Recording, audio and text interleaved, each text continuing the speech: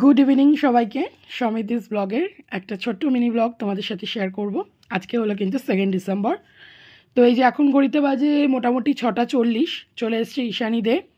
দেখো আজকে একটা হোমওয়ার্ক করে নিয়ে আসিনি, খাতা পুরো ফাঁকা। এবার কি বলছে অন ক্যামেরায় দেখো। ঈশানী, হোমওয়ার্ক করে আনোনি কেন বলো? হোমওয়ার্কটা হয়নি কেন বলো? মা কি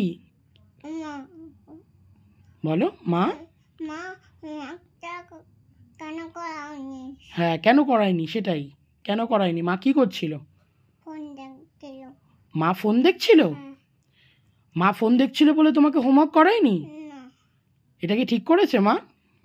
তা তুমি কিছু বলনি যে মা আমাকে হোমওয়ার্ক করাও, নইলে আন্টি আমাকে বকবে? বলেছিলে? মা কি বলেছে? মা পড়তে যেতে বলেছে।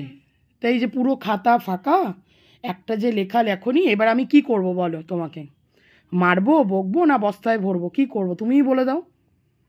আমার কি করা উচিত বলো? মাকে তো আমি বকবই যে মা তোমাকে না লিখিয়ে কি করছিল? ফোন দেখছিল। আচ্ছা, তোমাকে লেখা করায়নি, তার জন্য তোমার লেখা হয়নি। তাহলে এখন আমার কি করা উচিত? তোমাকে মারবো, বকবো, না বস্তায় ভরবো? বকবো না। আর কি করতে হবে না? বকবো না আর মারবো না। তাহলে কি করব? কি বলবো আমি নিজেও জানি না। এই পেন্সিলটা কার? এই পেন্সিলটা যে বারবার করে দেখাচ্ছ, এই পেন্সিলটা কার?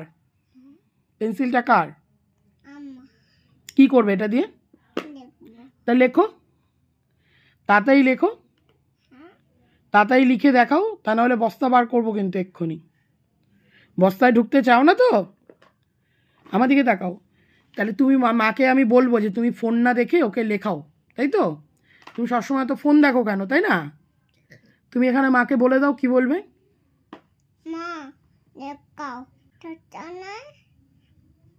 বলো। সবসময় ফোন নিয়ে বসতে নেই, লেখাতে হয় মেয়েকে, তাই না?